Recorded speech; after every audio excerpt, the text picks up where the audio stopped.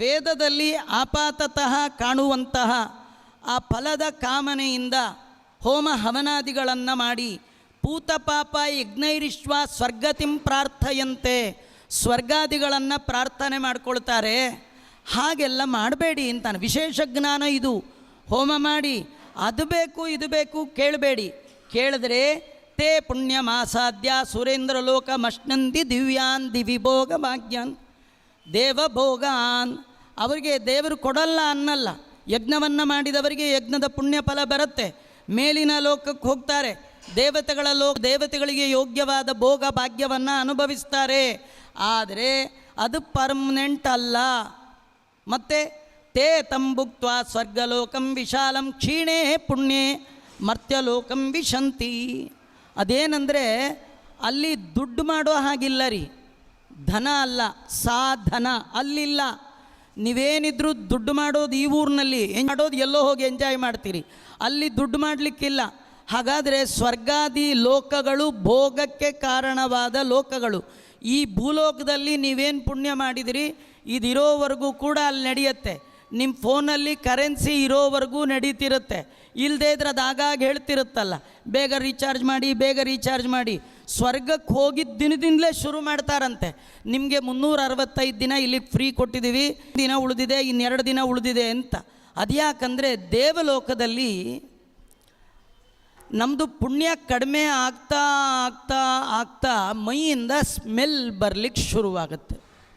ದೇವತೆಗಳಿಗೆ ಹಿಡಿಸಲ್ಲ, ನೋಡೋವರೆಗೂ ನೋಡಿ ಪೂರ ನಮ್ಮದು ಪುಣ್ಯ ಮುಗಿದ್ರೆ ಕುತ್ತಿಗೆ ಕೈ ಹಾಕಿ ದಬ್ಬ ಕೆಳಗೆ ಹಾಕಿಬಿಡ್ತಾರೆ.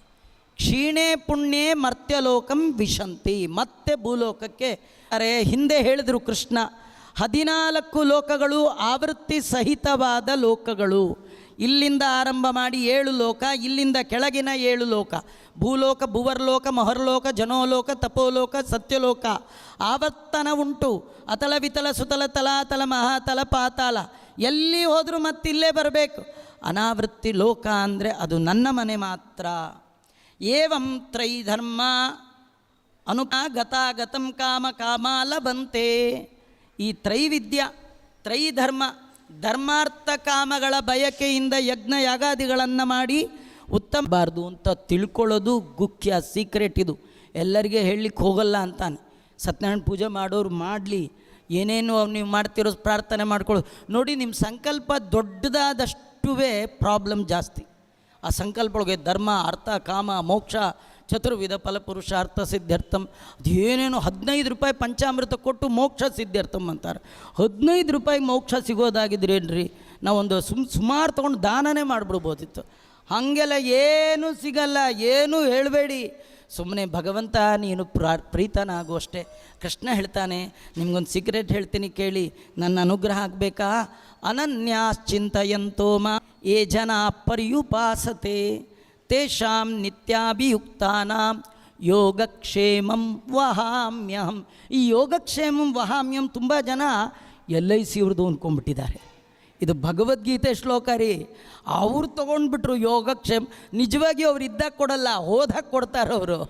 ನೀವು ಕಟ್ಟೋದು ನೀವು ಕಟ್ಟಿ ಕಟ್ಟಿ ಕಟ್ಟಿ ಒಂದಿನ ಇಂದಿರಾರಮಣ ಗೋವಿಂದ ಆದಮೇಲೆ ಯಾರಿಗೋ ತಂದು ಕೊಡ್ತಾರೆ. ನಿಮಗೆ ಬಂದು ಇಂದಿರಾರಮಣ ಗೋವಿಂದನೇ ಅಲ್ಲ. ಕೃಷ್ಣ ಹೇಳ್ತಾನೆ, ಅನನ್ಯಾಶ್ಚಿಂತಯಂತೋ ಮಾಂ ಯೇ ಜನ ಪರ್ಯುಪಾಸತೆ. ಅನನ್ಯ ಅಂದರೆ ಅನ್ಯರನ್ನು ಭಜನೆ ಮಾಡಬಾರ್ದು. ಅಂದರೆ ಯಾರನ್ನೂ ಮಾಡಬೇಡಿ ಅಂತ ಹೇಳ್ತಿಲ್ಲ. ಸರ್ವೋತ್ತಮತ್ವೇನ ಅನ್ಯರ ಭಜನೆ ಮಾಡಬೇಡಿ. ವಿಷ್ಣೋರತ್ಯುತ್ತಮತ್ವಾದಖಿಲ ಗುಣಗಣೈ ತತ್ರ ಭಕ್ತಿಂ ಗರಿಷ್ಠಾಂ. ಉಳಿದವರಲ್ಲಿ ಸಂಶ್ಲಿಷ್ಟೇ ಶ್ರೀಭ್ಯಾಂ ಅಮುಮತ ಪರಿವಾರಾತ್ಮನ ಸೇವಕೇಶು. ಭಗವಂತನ ದಾಸರು ಅಂತ ಯಾರ ಪೂಜೆನ ನಾನು ತಗೊಳ್ತೇನೆ. ಸರ್ವೋತ್ತಮತ್ವೇನ ನನ್ನನ್ನು ಮಾತ್ರ ಮಾಡಬೇಕು. ಯಾಕೆಂದರೆ ಹಿಂದೆ ಹೇಳಿದೆ, ಇಂದ್ರ ಚಂದ್ರಾದಿ ದೇವತೆಗಳು ಭೋಗ ಭಾಗ್ಯವನ್ನು ಕೊಟ್ಟರು ಕೂಡ ಅವರು ಕೊಡೋದು ಟೆಂಪ್ರವರಿ, ನಾನು ಮಾತ್ರ ಪರ್ಮನೆಂಟ್ ಕೊಡುವವ. ಯಾರು ನನ್ನನ್ನು ಚೆನ್ನಾಗಿ ಉಪಾಸನೆ ಮಾಡ್ತಾರೆ, ನಾನು ತೇಷಾಂ ನಿತ್ಯ ಅಭಿಯುಕ್ತಾನಾಂ ಅಂತಾನೆ. ನಾನು ಅವರು ಒಟ್ಟೊಟ್ಟಿಗೆ ಇರ್ತೀನಿ ಅಂತಾನೆ. ಎಲ್ಲೋ ಇರಲ್ಲ. ಅವ್ರು ಕರೆದಾಗ ಎಲ್ಲಿಂದಲೋ ಬರಬೇಕು, ಲೇಟ್ ಆಯಿತು, ಆಮೇಲೆ ಬರ್ತೀನಿ, ಇವತ್ತು ಸಂಡೇ ಇಲ್ಲ, ನಾಳೆ ಹಿಂಗೆ ಅನ್ನೋದೇ ಇಲ್ಲ. ಜೊತೇಲಿರ್ತೀನಿ ಅಂತಾನೆ ಜಗನ್ನಾಥದಾಸರಂತಾರೆ. ನಿತ್ಯದಲ್ಲಿ ಚಿಂತನೆ ಮಾಡುವ ಭಕ್ತರಿಗೆ ಭಗವಂತ ಹೇಗಿರ್ತಾನೆ ಅಂದರೆ, ಒಡಲ ನೆರಳಂದದಲ್ಲಿ ಎಮ್ಮೊಡನೆ ತಿರುಗುವನು ಭಕ್ತ ದೀನ ಎಂದೆನಿಸಿ. ನಿಮ್ಮದು ನೆರಳು ನಿಮ್ಮನ್ನು ಬಿಟ್ಟು ಹೇಗೆ ಇರಲಿಕ್ಕೆ ಸಾಧ್ಯ ಇಲ್ಲ, ಹಾಗೆ ಭಗವಂತರ ಭಕ್ತರ ಒಟ್ಟೊಟ್ಟಿಗೆ ಒಟ್ಟೊಟ್ಟಿಗೆ ಒಟ್ಟೊಟ್ಟಿಗೆ ಇರ್ತಾನೆ. ದ್ವಾರಕ ಎಲ್ಲಿ? ಹಸ್ತಿನಾಪುರ ಎಲ್ಲಿ? ಹಸ್ತಿನಾಪುರದಲ್ಲಿ ದ್ರೌಪದಿ ಕೂಗಿದ್ರೆ ದ್ವಾರಕೆಯಿಂದ ಸೀರೆ ಸಪ್ಲೈ ಮಾಡಲಿಕ್ಕಾಗುತ್ತಾ? ಎಲ್ಲಿಂದ ಕೊಟ್ಟ ಭಗವಂತ? ದಾಸರಂತಾರೆ, ಉಟ್ಟ ವಸ್ತ್ರವೇ ಅಕ್ಷಯ ಆಗಲಿ ಎಂದುಬಿಟ್ಟ ಅವನು. ಕೃಷ್ಣ ನಾವೆಲ್ಲ ಫೋಟೋಯಿಂದ ಮೇಲೆ ಹೂ ಕೊಡ್ತಾ ಇರೋದು, ಅದೇನು ಸೀರೆ ಕೊಡ್ತಾ ಇರೋದು, ಅವಳು ಸುತ್ತಕೊಳ್ತಾ ಇದೆಯಲ್ಲ ಯಾವಿಲ್ಲ ರೀ. ದೇವರಂತ ನಾನು ಎಲ್ಲೋ ಇಲ್ಲ, ಅವಳ ಒಟ್ಟಿಗೆ ಅಲ್ಲೇ ಇದ್ದೆ, ಅವಳ ಉಟ್ಟ ಸೀರೆಯನ್ನೇ ಅಕ್ಷಯ ಮಾಡಿಬಿಟ್ಟೆ ಅಂತಾರೆ. ಹೊಸದೇನು ಕೊಟ್ಟಿಲ್ಲ ಅಂತಾನೆ ಭಗವಂತ. ಗಜೇಂದ್ರ 1000 ವರ್ಷ ಕೂಗುವಾಗ ದೇವರ ಎಲ್ಲೋ ಇರಲಿಲ್ಲ, ಸ್ತೋತ್ರ ಕೇಳ್ತಾ ಇದ್ದೆ, ಆ ಹೂವು ಕೊಟ್ಟ ತಕ್ಷಣ ಅಲ್ಲೇ ಕಂಡೆ ಎಂದ. ಎಲ್ಲ ಕಡೆ ತೇಷಾಂ ನಿತ್ಯಾಭಿಯುಕ್ತಾನಾಂ ಯೋಗಕ್ಷೇಮಂ ವಹಾಮ್ಯಹಂ, ವಹಿಸ್ಕೊಳ್ತೇನೆ. ಏನು ಯೋಗಕ್ಷೇಮ?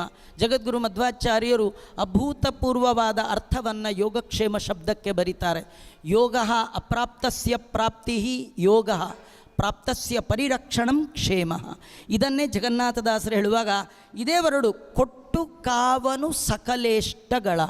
ಕೊಡ್ತಾರೆ, ಕಾಯುವತ್ತಿಲ್ಲ. ಕೆಲವರು ರುದ್ರಾದಿ ದೇವತೆಗಳು ವರ ಕೊಡ್ತಾರೆ. ಭಸ್ಮಾಸುರನಿಗೆ ವರ ಕೊಟ್ಟರು, ವರ ತಗೊಂಡು ಭಸ್ಮಾಸುರ ಕೊಟ್ಟ, ರುದ್ರದೇವರು ತಲೆ ಮೇಲೆ ಕೈ ಇಡಕ್ಕೋದ, ಇಂಥವೆಲ್ಲ ಸಿಗ್ತಾರೆ ಅಲ್ವಾ. ಆದರೆ ಕೊಟ್ಟು ಕಾಯುವ ತಾಕತ್ತು ಅದು ಭಗವಂತನಿಗೆ.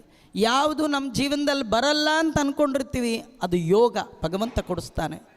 ಕೊಟ್ಟದ್ದನ್ನು ದೇವರು ಹೇಳ್ತಾನೆ, ನಾನೇ ಕಾಯ್ತೇನೆ, ನೀನು ಯೋಚನೆ ಮಾಡಬೇಡ, ನಿನಗೆ ರಕ್ಷಣೆಯೂ ನಾನೇ ಕೊಡ್ತೇನೆ ಅಂತ. ಹಾಗಾಗಿ ಯೋಗಕ್ಷೇಮಂ ವಹಾಮ್ಯಹಂ. ಅಹಂ ಹಿ ಸರ್ವಯಜ್ಞಾನಾಂ ಭೋಕ್ತಾಚುರೇವ ಚ ನತು ಮಾಂ ಅಭಿಜಾನಂತಿ ತತ್ವೇನ ಚವಂತಿ ತೇ. ಅಹಂ ಹಿ ಸರ್ವಯಜ್ಞ ಭೋಕ್ತಾರಂ, ಯಜ್ಞಾನಾಂ ಭೋಕ್ತ, ಎಲ್ಲ ಯಜ್ಞಗಳ ಸ್ವೀಕಾರ ಮಾಡುವವ ನಾನು. ಯಜ್ಞಭುಕ್, ಯಜ್ಞಕೃತ್, ಯಜ್ಞಿ, ಯಜ್ಞಭುಕ್ ಅವನು. ಸರ್ವಯಜ್ಞ ಅಂದರೆ ನಾವು ಬೆಳಗ್ಗೆಯಿಂದ ಮಾಡ್ತಕ್ಕಂಥ 5 ರೀತಿಯ ಯಜ್ಞ. ಆ ಎಲ್ಲ ಯಜ್ಞಗಳು ಯಜ ಪೂಜಾಯಾಮ್, ಯಾವುದೇ ನೀವು ಕೆಲಸ ಮಾಡಿರಿ, ಪರಿಪರಿ ಕೆಲಸವು ನಿನ್ನ ಮಹಾಪೂಜೆ, ಅದೆಲ್ಲವೂ ಕೂಡ ಭಗವಂತನಿಗೆ ಅರ್ಪಣೆ ಆಗಬೇಕಾಗಿರ್ತವೆ. ಅದನ್ನು ನಾನೇ ಸ್ವೀಕಾರ ಮಾಡೋದು. ಆ ಎಲ್ಲ ಯಜ್ಞಗಳಿಗೆ ನಾನೇ ಸ್ವಾಮಿ, ನನ್ನನ್ನು ಬಿಟ್ಟು ಯಾರಿಲ್ಲ. ಕೆಲವರು ನನ್ನನ್ನು ತಿಳ್ಕೊಳ್ಳದೆ ಈ ಜ್ಞಾನದಿಂದ ಚ್ಯುತರಾಗುತ್ತಾರೆ. ನನ್ನ ಯಜ್ಞ ಯಾಗಾದಿಗಳನ್ನು ಮಾಡಿಯೂ ಕೂಡ ಅವರು ನನ್ನ ತತ್ವಜ್ಞಾನದಿಂದ ವಂಚಿತರಾಗಿ ನಿಜವಾಗಿ ಪಡೆಯಬೇಕಾದ ಫಲವನ್ನು ಪಡೆಯೋಲ್ಲ. ಭಗವಂತ ಬಹಳ ಸುಂದರವಾದ ಮತ್ತೊಂದು ಮಾತು ಹೇಳ್ತಾನೆ.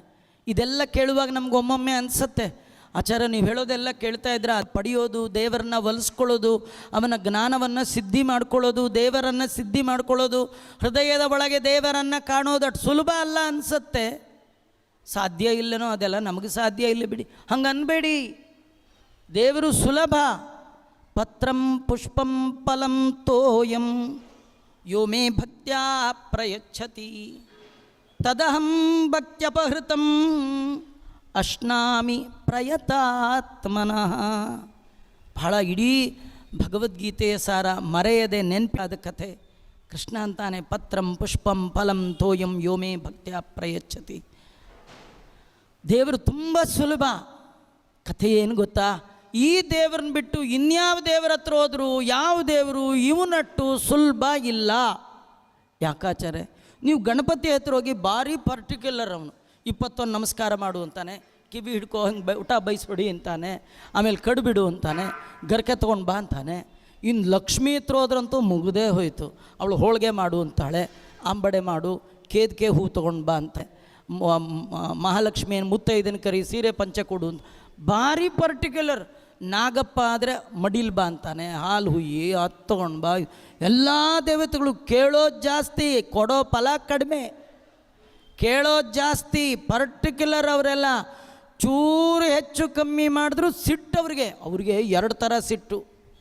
ನಾಗಪ್ಪನ ಹತ್ರ ಹೋದರೆ ನಾಗಪ್ಪಂಗೆ ಸಿಟ್ಟು, ಅಲ್ಲ ನಾಗಪ್ಪನ ಹತ್ರ ಬಂದವ್ರು ನೋಡಿ ನಾಗಪ್ಪ ಅಂತಾನೆ, ಅಪ್ಪ ಒಳಗೆ ಕೃಷ್ಣ ಕೂತಾಗ ಅವನು ನೋಡದೆ ಬರೀ ನನ್ನ ಹತ್ರ ತಿರುಗುತ್ತಾ ಇದೆಯಾ, ಅದೊಂದು ಸಿಟ್ಟು. ಇದು ನಮ್ದಲ್ಲ. ನಿಮಗಿದು ಅರ್ಥ ಆಗಲಿಕ್ಕೆ ಒಂದು ಉದಾಹರಣೆ ಅಂದರೆ, ಟೆನೆಂಟ್ಗಳಿರ್ತಾರೆ ನೋಡಿ, ಬಾಡಿಗೆ ಮನೆಯವರು. ಆ ಬಾಡಿಗೆ ಮನೆಯವ್ರನ್ನ ಕೇಳಿ, ಈ ಮನೆ ನೀವಾ ಅಂದರೆ ಅಲ್ಲ ಅಂತಾರೆ. ಹೋಗಲಿ ಮನೆಗೆ ಓನರ್ ನೀವಾ ಅಲ್ಲ ಅಂತಾರೆ. ಓನರ್ ಮೇಲಿದ್ದಾನೆ, ಮನೆ ರಾ ಮೆಟೀರಿಯಲ್ ಆಗಿರೋದು.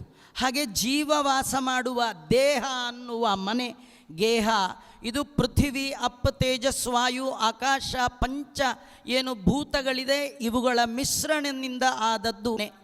ಈ ಮನೆ ಓನರ್ ಕೂಡ ನಾವಲ್ಲ, ಅದೇ ತಾನಲ್ಲ, ತನ್ನದಲ್ಲ, ತಾನೂ ಅಲ್ಲ, ಇದಕ್ಕಿಂತ ಭಿನ್ನನಾಗಿ ಜೀವ ಇದ್ದಾನೆ, ತಾನಲ್ಲ, ತನ್ನದೂ ಅಲ್ಲ. ಯಾಕಂದರೆ ಈ ದೇಹಕ್ಕೆ ಒಡೆಯ ಸಾಧನ ಶರೀರ ಇದು ನೀ ದಯದಿ ಕೊಟ್ಟದ್ದು. ದೇವರು ನಮಗೆಲ್ಲ ಸಾಧನೆ ಮಾಡಲಿಕ್ಕೆ ಈ ಬಾಡಿ ಲೀಸ್ ಕೊಟ್ಟಿದ್ದಾನೆ. ಕೆಲವ್ರಿಗೆ 30 ವರ್ಷ, ಕೆಲವ್ರಿಗೆ 50 ವರ್ಷ. ಗೌರ್ಮೆಂಟಲ್ಲೆಲ್ಲ 99 ಇಯರ್ಸ್ ಲೀಸ್ ಕೊಡುವ ಹಾಗೆ ಕೆಲವರಿಗೆ 7 ಇದ್ದರೆ ಇಲ್ಲ. ಹಾಗಾದರೆ ನಮ್ಮ ದೇಹದ ಬಗ್ಗೆ ಹೀಗೆ ತಿಳ್ಕೊಳ್ಬೇಕು. ದೇವರು ಅಜೋಪಿ, ಅವನಿಗೆ ಹುಟ್ಟಿಲ್ಲ, ಅವನು ಹುಟ್ಟಿಲ್ಲದವ ಹುಟ್ಟಿದ್ದಾನೆ. ಅಷ್ಟೇ ಅಲ್ಲ, ಅವ್ಯಯಾತ್ಮ, ಯಾವಾಗಲೂ ಒಂದೇ ರೀತಿ. ಕೃಷ್ಣ ಹಿಂದೆ ಹೇಳ್ದ, ಕೌಮಾರಂ ಯೌವನಂ ಜರ ತಥಾ ದೇಹಾಂತರ ಪ್ರಾಪ್ತಿ.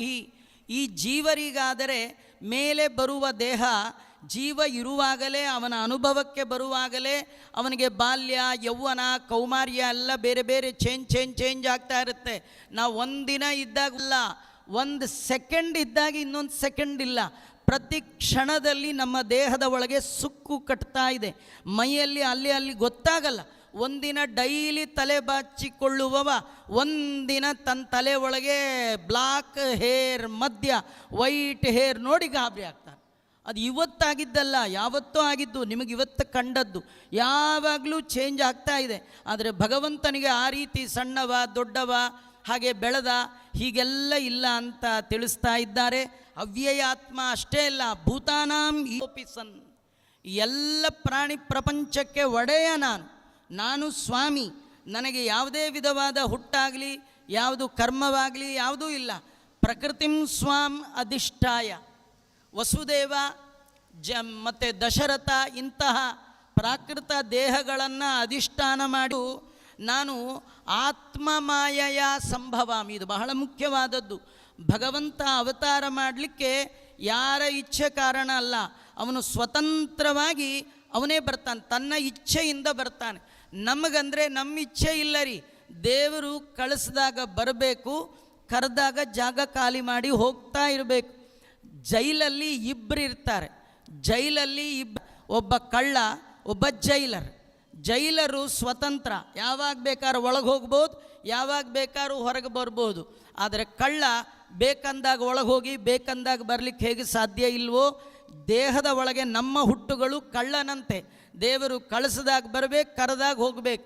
ಆದರೆ ಇದೇ ದೇಹ, ಈ ಥರದ್ದೇ ದೇಹದ ಒಳಗೆ ಭಗವಂತ ಜನಧ್ಯ ಜನಿಸಿದರು, ಜನರ ಮಧ್ಯ ದೇವರು ಜನಿಸಿದರು, ಜನಿಸಿದಂತೆ ಕಂಡರು. ಅವ ಜನ ಅಲ್ಲ, ಅವನು ಜನಾರ್ದನ, ಜಗದುದರ. ಆದರೂ ಜನರ ಮಧ್ಯದಲ್ಲಿ ಜನಿಸ್ತಾನೆ. ಇದು ನನ್ನ ಆತ್ಮ ಮಾಯೆಯ ಸ್ವ ಇಚ್ಛೆಯಿಂದ ನಾನು ಹುಟ್ಟುತ್ತೀನಿ ವಿನಃ ನನ್ನ ಹುಟ್ಟಿಗೆ ಇನ್ನೊಬ್ಬರ ಇಚ್ಛೆ ಇಲ್ಲ. ದಾಸರಾಯರು ವರ್ಣನೆ ಒಂದು ಮಾತು ಹೇಳ್ತಾರೆ, ಸೃಷ್ಟಿಗಿಲ್ಲದ ಜೀವರನ್ನು ಸೃಷ್ಟಿಸಿ ಸಲಹಿದೆ ಶ್ರೀನಿವಾಸ ದಯಾನಿದೆ. ನಾವು ಎಲ್ಲಿ ಬಿದ್ದಿದ್ವೋ ಏನು ಕಥೆಯೋ, ಆ ಭಗವಂತನಿಗೆ ಇಚ್ಛೆ ಬಂತು ಇವನನ್ನು ಸೃಷ್ಟಿ ಮಾಡೋಣ, ಇವನ ಕೈಲಿ ಸಾಧನೆ ಮಾಡಿಸೋಣ ಅಂತ. ಹೀಗಾಗಿ ಅವನು ಮಾಡಿಸಿದ್ದು.